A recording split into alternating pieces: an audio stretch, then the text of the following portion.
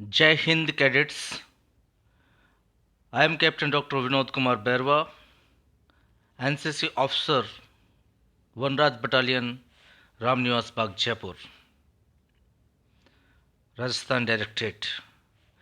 Cadets और प्रिय छात्रों, आज हम जिस विषय पर चर्चा करने वाले हैं वो है वैल्यूज, कोड ऑफ कंडक्ट, मूल्य और आचार संहिता। अगर हम मूल्य की बात करें तो समाज में सामाजिक व्यवस्था व नियंत्रण बनाने रखने के लिए मूल्यों की भूमिका का महत्वपूर्ण रोल होता है। मूल्य एक प्रकार के सामाजिक पैमाना है जिसके आधार पर व्यक्ति के गुण, साधन, लक्ष्य आदि में उचित, अनुचित, अच्छा और बुरा ये सब काउंट होते हैं। यदि किसी व्यक्ति की उपज एक न होकर समूह एवं समाज की उपज अगर बहुत होती है तो वो सोशल क्रिएटिविटी कहलाती है। समाज में भिन्न भिन्न प्रकार के वैल्यूज पाए जाते हैं। फॉर एग्जाम्पल, भारत में यौन पवित्रता का मूल्य बेहद आसानी से आप देख सकते हैं। यहाँ बाल विवाह अगर हो भी जाता है तो उसके बावजूद भी यहाँ विवाह के पहले बाद में पति पत्नी के अलावा यौन संबंध की छूट नहीं है, जबकि अनेक जनजातियों में यौन संबंधों की छूट होती है।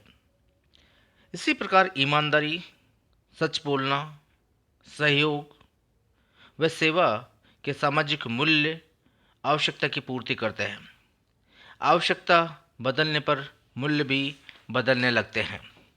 इस तरीके से नैतिक मूल्य और नैतिक मूल्यों का हमारे जीवन में बहुत ही महत्वपूर्ण रोल होता है। तो नैतिक मूल्य हर एक आदमी की जिंदगी जो कुछ नई पुरानी उम्मीदों का एक नया रूप दिखाती है। कुछ चीज़ों को हम ध्यान में रखते हैं, कुछ चीज़ों को हम भूल जाते हैं। कुछ अच्छाइयाँ, कुछ बुराइयाँ हमें एक नया रास्ता बनाती हैं, रास्ता दिखाती है। अब हम इस मोड़ पर क्या कुछ नया कदम आगे की ओर बढ़ाएंगे, यह आपका दिल और दिमाग ही बताएगा।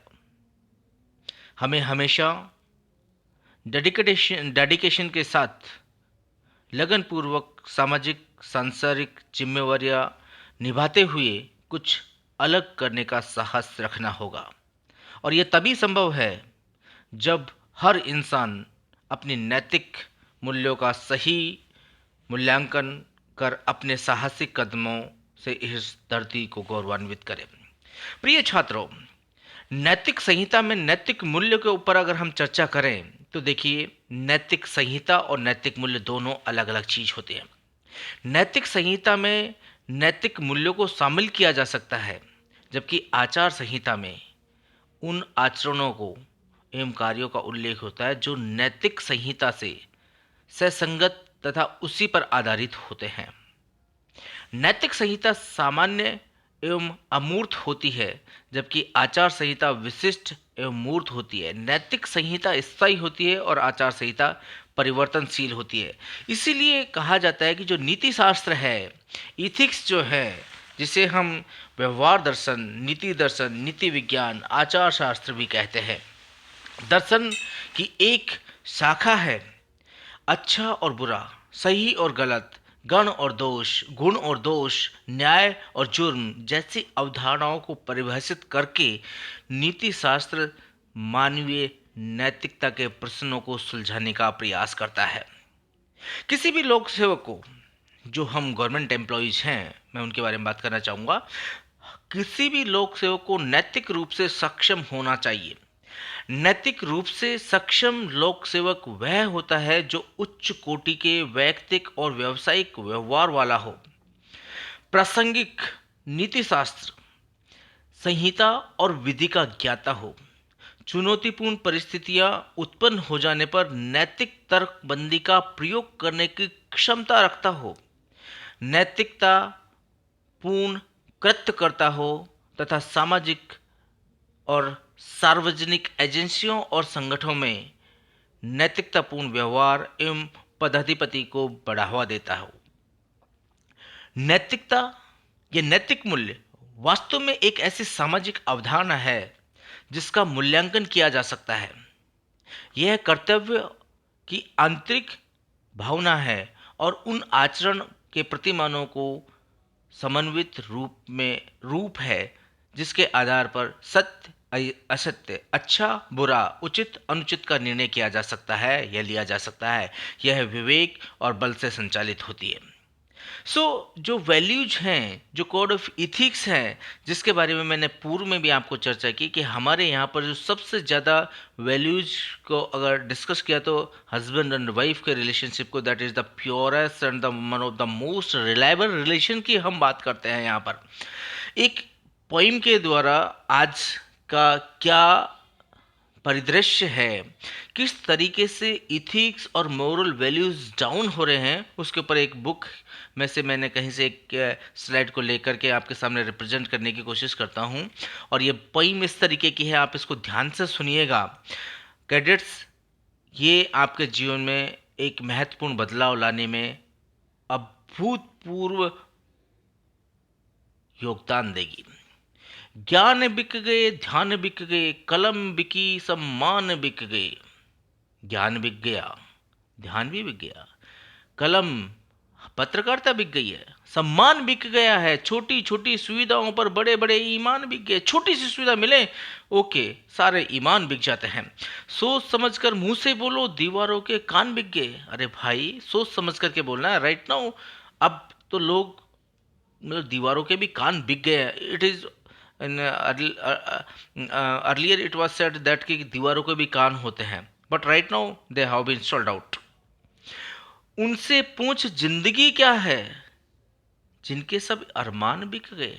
अरे जिंदगी, उनसे पूछे जिनके अरमान बिक चुके हैं, अब अरमान उनके बचे ही नहीं है। नग्न रह गई जीवित लाशें, मुर्दों के परिधान बिक गए। अब जो जीवित हैं वो तो नग्न रह गए हैं, उनके पास कपड़े नहीं है, मुर्दों के परिधान बिक गए। चोरों को मत दोष दीजिए, घर के ही दरबान बिक गए। हम ठीक दिए तले उजाले वाली, दिए तले अंधेरे वाली बात करते हैं। पशुओं की कीमत लगती, बिना मूल्य इंसान बिक गए। तो नैतिक मूल्य जो है वो एक ऐसा मूल्य है जिसमें कि हम सबको बहुत क्लियरली सोचना चाहिए। इन चीज़ों के ऊपर हमें बहुत संजीदा रूप से विचार करना चाहिए। देखिए, नैतिक मूल्य किसी एक पर्टिकुलर चीज़ को लेकर के नहीं है। एक मैंने एक पिक्चर को आपके सामने यहाँ पर रिप्रेजेंट करने का कोशिश किया जिसमें नैतिक मूल्य में क्या क्या स्पेशली आप शामिल कर सकते हैं। तो इसमें आप कंस्ट्रक्टिवनेस को, एक्विजिटिवनेस को, डिस्ट्रक्टिवनेस को, सीक्रेटिवनेस को, ideality, sublimity, cautiousness, calmness, imitation, spirituality, hope, consciousness, appropriety, मतलब मल्टीपल आपके सामने यहाँ पर ये मैंने कुछ एक पिक्चर के मार्फत दिखाने की कोशिश की है और हमको उसको फॉलो करना चाहिए। तो नैतिक मूल्य जो है, अगर हम सीधे शब्दों में, मोटे शब्दों में कहें तो 5 बातों का विशेष ध्यान रखना चाहिए। नैतिक मूल्य तब जाकर के कायम रहेंगे। पहला, ईमानदारी। दूसरा, धैर्य। तीसरा, दृढ़ता। चौथा, सम्मान। और पांचवा, जिम्मेवारी। जिस व्यक्ति के पास ये सब गुण हैं वो नैतिक मूल्यों से लबरेज है। तो नैतिक मूल्य होना बेहद ज़रूरी है। बट आज के ज़माने में तो कुछ और ही नज़र आता है और ऐसा लगता है कि नैतिक जो मूल्य हैं वो गिरते जा रहे हैं। नैतिक मूल्य अगर सिद्धांतों कि हमने जैसे बोला कि एक समूह होता है जो कि सही और गलत का मूल्यांकन करके आपके सामने रिप्रेजेंट करता है। नैतिक मूल्य व्यक्ति के चरित्र और व्यक्तित्व को आकार देने में मदद करते हैं। अनेक कहानियों के माध्यम से बच्चों को इसके बारे में बताया जा सकता है। जो नैतिक गिरते हुए नैतिक मूल्य हैं, अगर उनके उदाहरण के लिए अगर हम बात करें तो आजकल कोई अपने पूरे परिवार यानी कि माता पिता भाई बहन के साथ रहना पसंद नहीं करता। सब अलग अलग न्यूक्लियर फैमिलीज के रूप में रहना पसंद करते हैं, जिसके कारण या तो उन्हें छोड़कर चले जाते हैं या फिर उन्हें भेज देते हैं। वे एक बार भी ये नहीं सोचते कि क्या ये जो डिसीजन ले रहे हैं ये उचित है या नहीं है। सो मानवीय मूल्यों में परिवार की भूमिका बेहद महत्वपूर्ण होती है। अच्छे बुरे सही गलत का ज्ञान कराता है। सामाजिक रीति रिवाज, धर्म, परंपरा, आदर, सत्य, दया, निष्पक्षता, करुणा, राष्ट्रीयता, समयबद्धता, चोरी, अपराध, गुरु, माता पिता आदि में संबंध बताता है और कैसे इनके साथ में व्यवहार किया जाना चाहिए, किस व्यवहार का क्या परिणाम होता है, यह हमें मानवीय मूल्य सिखाते हैं, जिससे कि चरित्र निर्माण होता है। पाठशाला से ज्ञान अर्जन होता है, इसमें कोई शक नहीं है, लेकिन यहाँ से हमको मूल्यों को भी अर्जित करना चाहिए। ज्ञान सफलता की चाबी है तो आचरण सफलता की सीढ़ी है।